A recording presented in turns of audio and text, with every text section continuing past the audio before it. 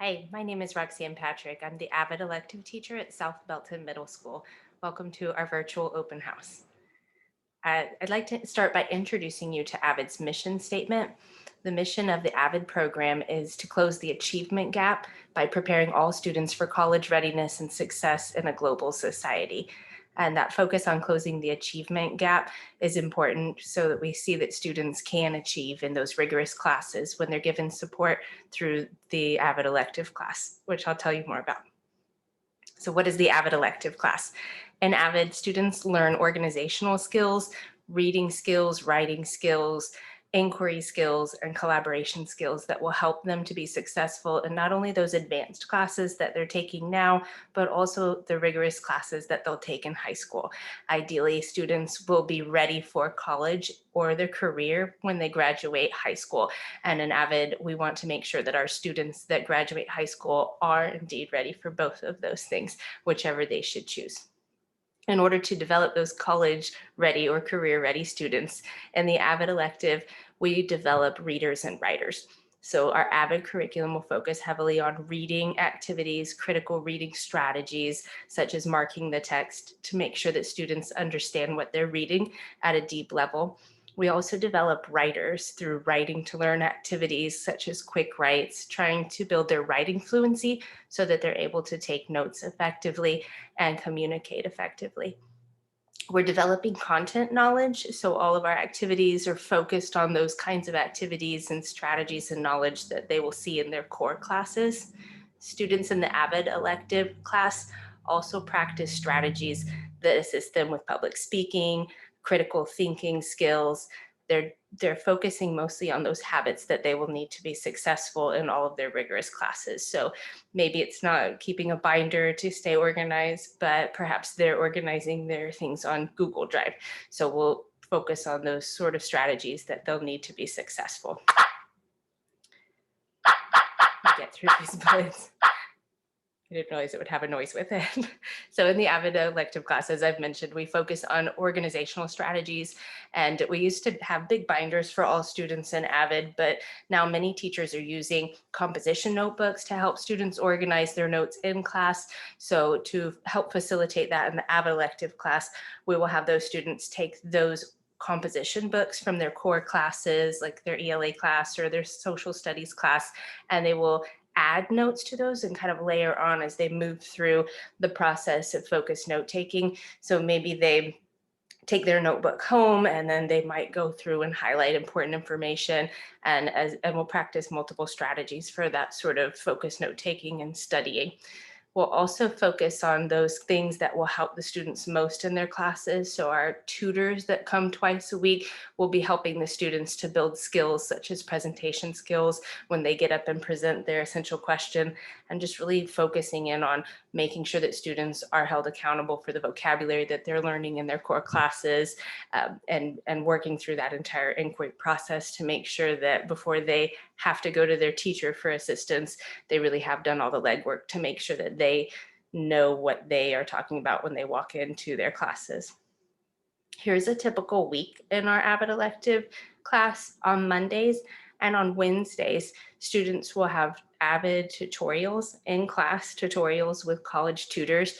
They're group based tutorials, so students will sit in a horseshoe shape with a tutor that's facilitating, and students will take turns coming up to the board presenting a question from one of their core classes that they might have some confusion on, and then the group will participate in an inquiry process that will help that student to figure out the answer to their question on their own if possible, or with the support of the tutor if necessary. So they're asking these probing questions in order to facilitate that learning.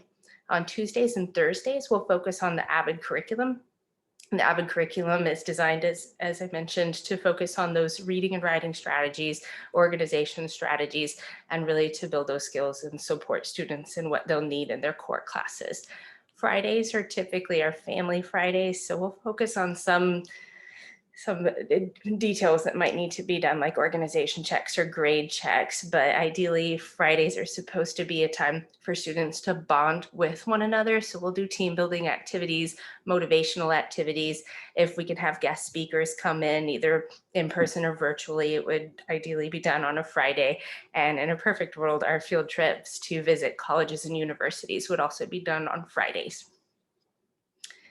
So as mentioned, students will have AVID curriculum days. So when they walk into class, they will see an essential question and a learning goal for each day.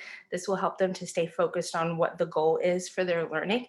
The essential question really is there to foster the inquiry skills and keep students focused on why that learning is important, not just what they're doing and what they're turning in, but why they're doing it and how it will help them to be more successful. The learning goal helps to inform students of what the end goal is. What were they supposed to learn and how are they showing that learning?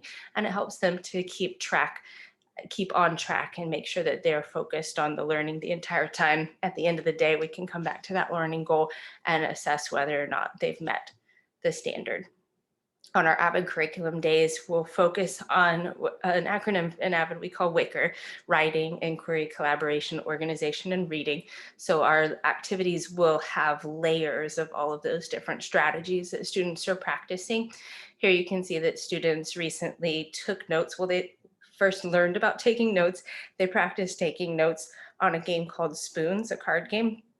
After taking their notes, they practiced several different strategies for processing those notes and studying them, and culminated in them summarizing and reflecting how to play the game, and then collaborating with their peers on one of our family Fridays to play the game of Spoons.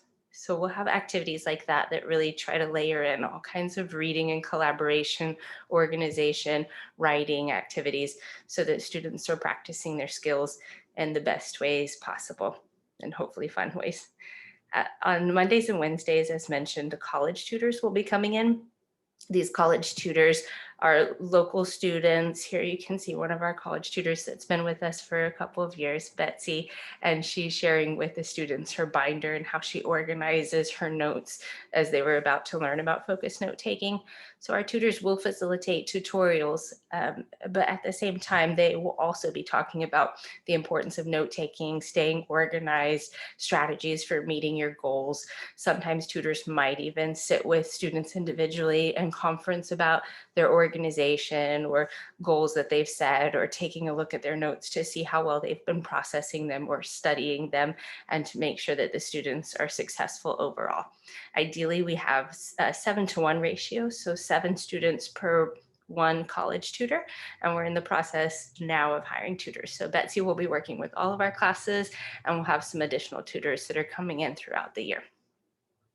If you have any questions throughout the year, here's my contact information. We're located in room 237.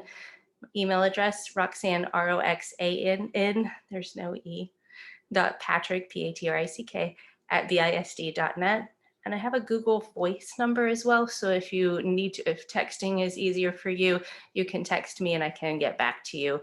The Google Voice number will scramble up your number, so I won't see your number directly. So if you'll let me know who it is that I can contact back through that number that's kind of scrambled, that would be much appreciated. The Google Voice number is 254-307-2363. I look forward to working with all of you and your students this year. Thank you for your time.